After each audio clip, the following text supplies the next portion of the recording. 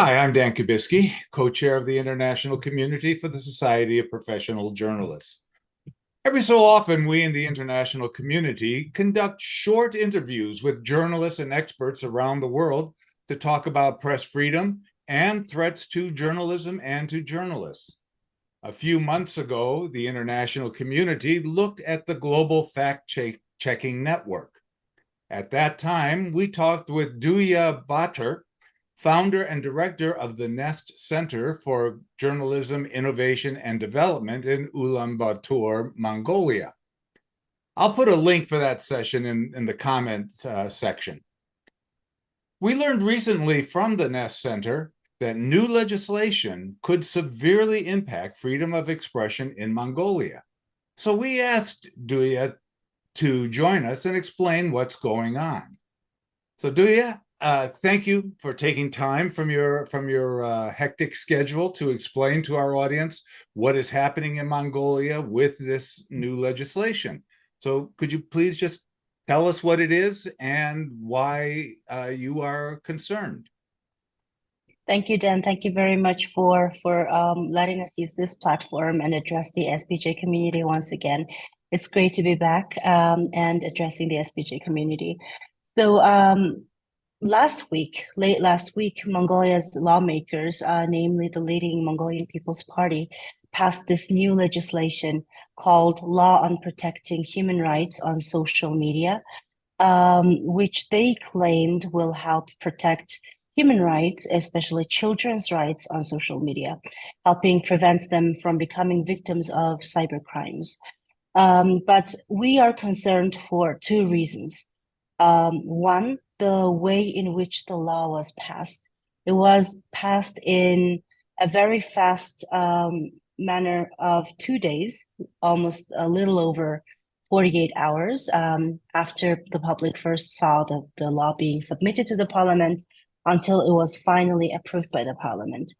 And secondly, the content of the law itself, its potential to limit freedom of expression and the power it gives to the government of Mongolia to limit free expression, monitor the social media, and even shut down the internet.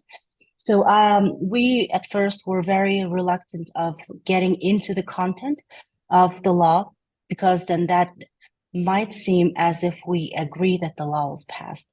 The way in which the law was passed violated a number of regulations that regulate how a new law is created in Mongolia. So here I'm trying to translate many legal phrases into English. Some of it might not make sense, but I'll try my best. There's a law on legislations in Mongolia which regulate how a law is made.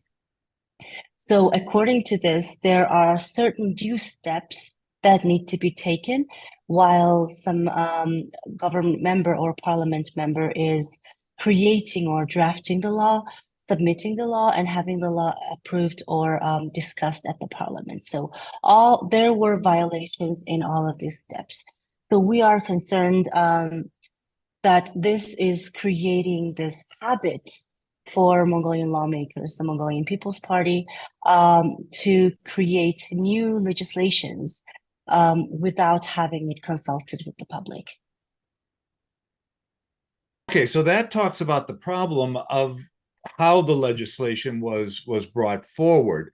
Can you talk about the impact of the legislation itself and what it means to press freedom or freedom of expression in a little bit more detail? Okay, so this is not a very long law. According to some lawyers, this is one of the shortest laws, which could have been just a regulation or a guideline. So a legal firm who is helping us understand what the implications of this law is has made this analysis on every clause that is included in this law. So this is only a 6-page law, but 4 other laws are amended following the approval of this law. So if you're a general reader, having the 6-page law in front of you and reading it, you probably might not find many things that are problematic. But for instance, there is this clause saying something like Following the passage of this law, the clause number 4.11 point something of the cybercrime law is amended. So if you go into like that clause of that very different law, which is on a different platform that you have to look for, then there's where the problems are. So this legal firm went into all the clauses and cleaned out every clause that is already being regulated by another law that is existing and in effect in Mongolia, which means it didn't have to be legalized again. And actually legalizing something that's already existing is a violation of the rights of the rule of law. So they cleaned it out, and there were two main regulations that stood out, which was not regulated. So one is creation of a public relations unit under a government ministry called the Ministry of Digital Development and Communications. So that unit will receive requests from the public on problematic social media contents, monitor them, examine them, and decide whether or not they violate social media standards or this law. The second clause being the one kind of hid under law being amended following a passage of a law, gives kind of a power to decide to shut down the internet partially, or when I say internet, the legal word for it is the communication network, partially or completely based on a suggestion by one cabinet member who is responsible for the internal affairs of the country. So if there is a public protest, and if this minister feels, it's very subjectively phrased, if this minister feels that it's going to be a threat to national security or public safety, then he holds the right to shut down the communication network. So these are two main clauses that is very problematic and that we feel will ultimately limit freedom of expression. Oh, I did not realize that it included that clause to for the potential to shut down the internet. That's quite serious. What kind of reaction are you getting in Mongolia? I mean, you're a young democracy. Your democracy is only 30 years old, 32. Uh, how are people reacting, and how are they reacting to maybe some of the material that you and other journalists are putting out? I want to keep saying we're a young democracy, maybe half a year from today, but I am almost the same age as our democracy. So what I know is democracy, nothing else. And personally, my own reaction to this is I'm still very smiling when I'm talking about it because I don't really believe in what I'm saying. I don't want it to be true. And my personal reaction to this was a complete shock, and it still is. And every day, like when I sent out the newsletter that I did, my understanding about this law was not as complete as it is now. And my understanding right now about this law is not as complete as it's going to be tomorrow, maybe. So everything about this process was very hasty. It didn't give us any time to get a proper look at the law before it was passed. So it was very badly mishandled, all of this process. So my personal reaction was a complete shock. I don't know what to think about it. So this is same for many young people like me in Mongolia. And as we know, we are all living in our own social media bubbles as well. So the reaction that I'm getting from my friends is that they support our cause of going against this legislation. They feel that something is terribly wrong with how this law is created. And because this law was created in a very irregular manner, there are reasons for people to kind of suspect that there is something bad in this law. But not many people has had the chance to look properly at this law because, I mean, for us, we have been actively kind of chasing after the lawmakers to get hold of the final version that was passed. I don't think it's public yet at all.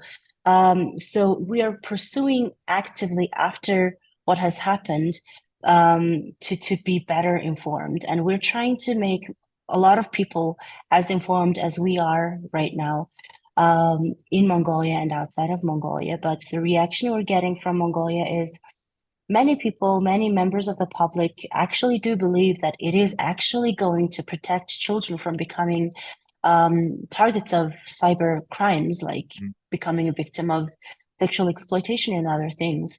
But if we look at it, those regulations that are in this law that are made kind of to that seem like it's going to regulate that problem is already there in 5 or 4 other laws that are already working.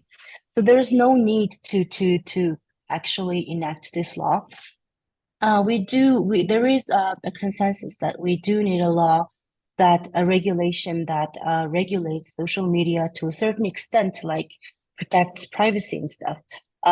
But this is not it. This law does not do that, and we know that for a fact. So the reaction we're getting from our community is, so as people become more informed about the process, they support us, but there is a need of lot of advocacy and awareness raising. Okay, so just so I understand, we all understand the process in Mongolia. It passed the parliament. Now, is it the law, or is there a waiting period, or does the prime minister have to sign it? I mean, what is the process from passing in the parliament to enforcing the law? So if nothing changes and if everybody's just like chill as we are now, it is a law. So the law it says that it's going to go into effect starting on February 1st. So what can be done now to reverse this is first action is president. If the president vetoes the law, then it goes back to the parliament for parliament members to take a second look at it. So Mongolian parliament has 76 members. 65 of these come from the Mongolian People's Party, the leading party. And then we have delegation from 2 other parties, the opposition, the Democratic Party, and the youngest kind of member of the parliament, the Labour Party, who has 1 member of the parliament. So the leading party holds a strong majority of it. So once they decide they want to pass a law, they can already do that, as long as they follow the due process, right? So this goes back to the parliament, and if more than 2/3 of the parliament members vote against it, then we can reverse the situation. But it's highly unlikely that that would happen at the parliament. We are hoping that the president would veto it, but we're not very hopeful that the parliament will decide to accept the president's veto and reverse this, because out of 52 members who attended the parliamentary session to approve this law in the first place last Friday, 40 members voted in favor of it. And what's very interesting is members who were saying that this cannot be done in a very hasty manner, actually, when they voted it, they voted for it instead of against it. So this is a very interesting situation. For instance, like there are 2 members that I can call by name, which I think it's not very appropriate to do. I don't know. We're saying that this violates certain standards and certain laws in Mongolia to approve this in this way, and then they voted for it. So this is a very interesting situation that's happening. Maybe they had this very strong argument with themselves in their head, right? So that's happening. So that's one way, one legal kind of way out of it. And the second one is we can go to the Constitutional Court. Constitutional Court is the court that kind of checks whether certain legislations in Mongolia violate the Constitution of Mongolia. So there are different groups of lawyers who are preparing to go to the Constitutional Court because it violates it in a very few, like not just one way. But there is a kind of a precedence in Mongolia that the Constitutional Court would normally give it a period of up to a year for the law to be in effect and to see whether or not it actually violates human rights in practice. So that might not happen for another year. So another kind of solution that us at Mongolian Fact Checking Center and Nest Center is looking into, it's very early stage, is going or asking for help from an international justice system, because Mongolia is a member of various human rights documents that are internationally recognized. So yeah, that's what we're considering. Okay. All right. It sounds like it sounds like you've got quite a battle ahead of you in terms of dealing with this legislation, and I do hope you will keep us informed of how things are going. We'll help spread the word where we can as well. One of the things that you had mentioned in this newsletter that you're starting now is that there was a member of the cabinet who wants to regulate fact-checking organizations. You're a fact-checking organization. You're part of the International Fact-Checking Consortium. What's your reaction to that, and what do you think the purpose of this cabinet member was in trying to control organizations like yours? Mm-hmm. So they didn't kind of put, I mean, it's not okay to put any organization by name into the law, so they didn't. So the wording that they had in the law is that they're going to have a green channel, which they kind of already do with this Communications Regulatory Committee of Mongolia. So they're going to have this green channel, which will be operated by the Public Relations Unit, which we mentioned before. So this Public Relations Unit will comprise of members of different groups, one of which being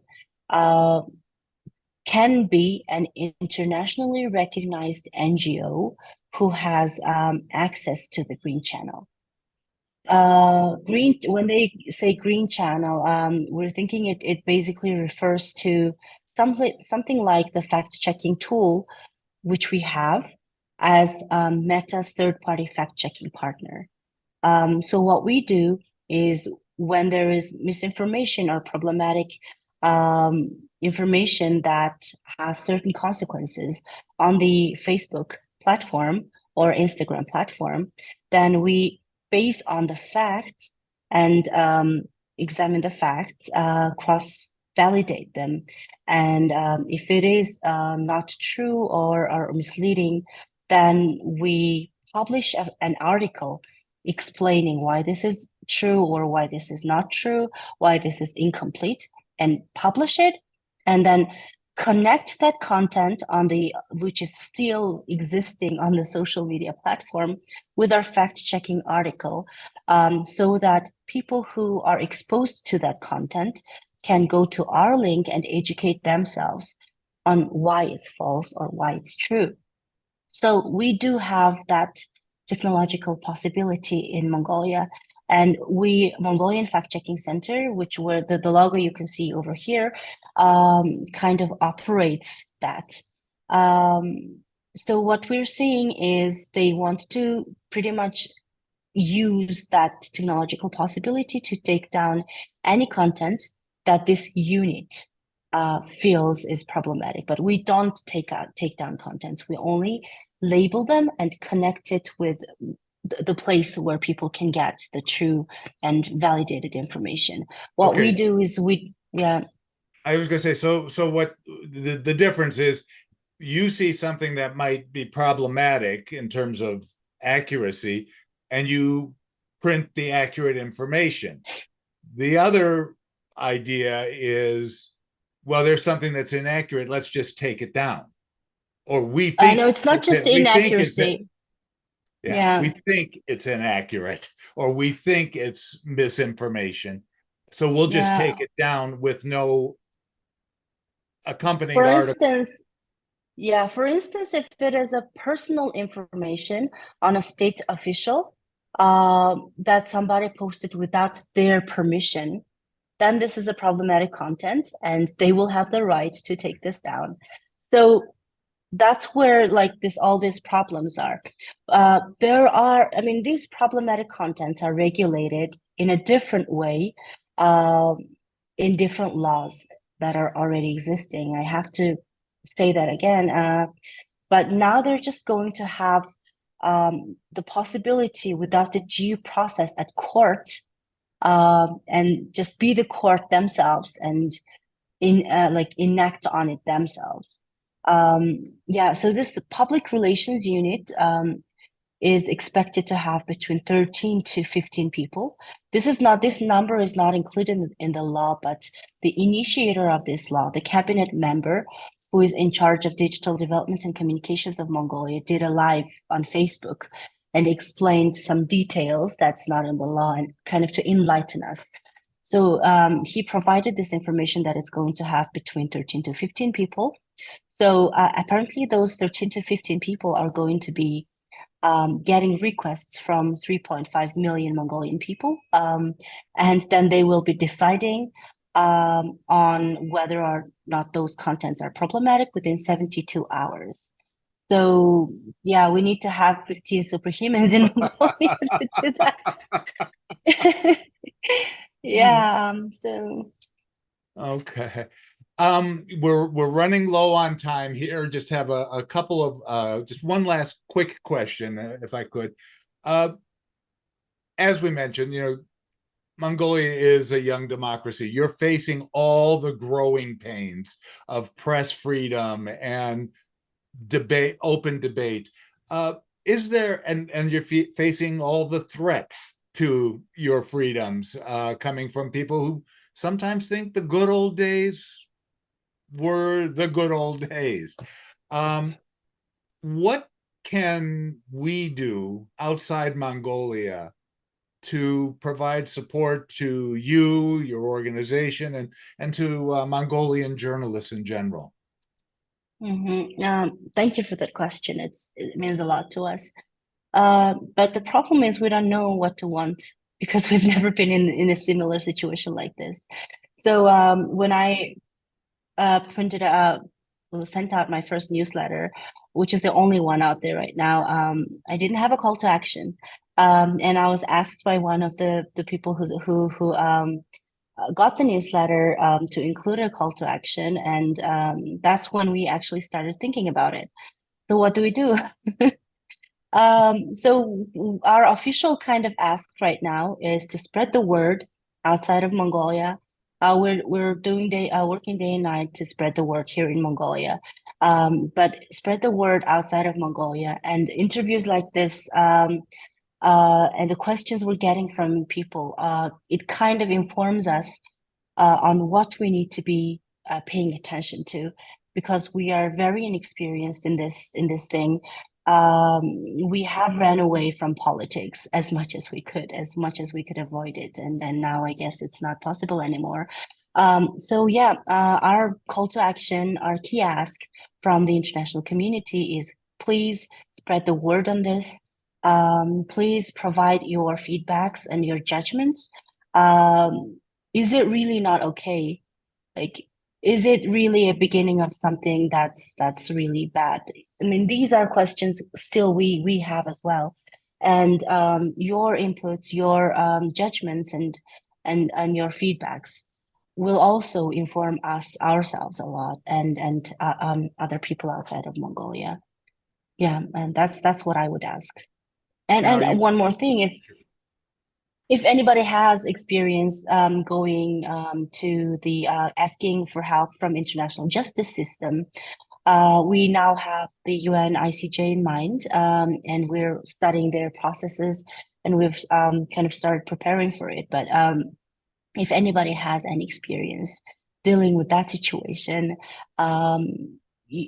they can email me or contact me. I don't know how I can provide my contact details following this. So, yeah. Well, I'm going to put you mentioned your newsletter twice, and I'm going to put a link for that first newsletter so that in the comment section to this video, so people will be able to read what we've been talking about, but also your contact information is in there. Plus, anybody can contact the international community at the SPJ, and if it's okay with you, we'll pass on your email and contact information to them. And we will be keeping an eye on this, and I'm looking forward to your regular reports. Your very ambitious effort to try to put out a newsletter and to do all the work that you're doing, and so it's not going to be easy. But I look forward to seeing your updates, and always, let us know if there's something that we can do to help you, and we'll see what we can do to help promote your battle, or to help you in your struggle. Duuya, I want to thank you very, very much for coming, spending the time. It's bright and early in the morning for you at this time, and you were amazingly coherent and rational at such an early hour. I don't think I could do it. It's fine. Thank you. So I will, as I said, I will put information. There is information already about the Nest Center in our latest newsletter. I will put that link for people to read our newsletter in the comment section. People can always sign up to join in with ours, and help keep in touch with what's going on in Mongolia and in Europe and in China and around the world. Again, thank you very, very much for your time. Thank you very much for this opportunity. And by all means, please share my email to as many people as you can. And yeah, I'll be happy to talk to everyone. Great. And we're out. Great.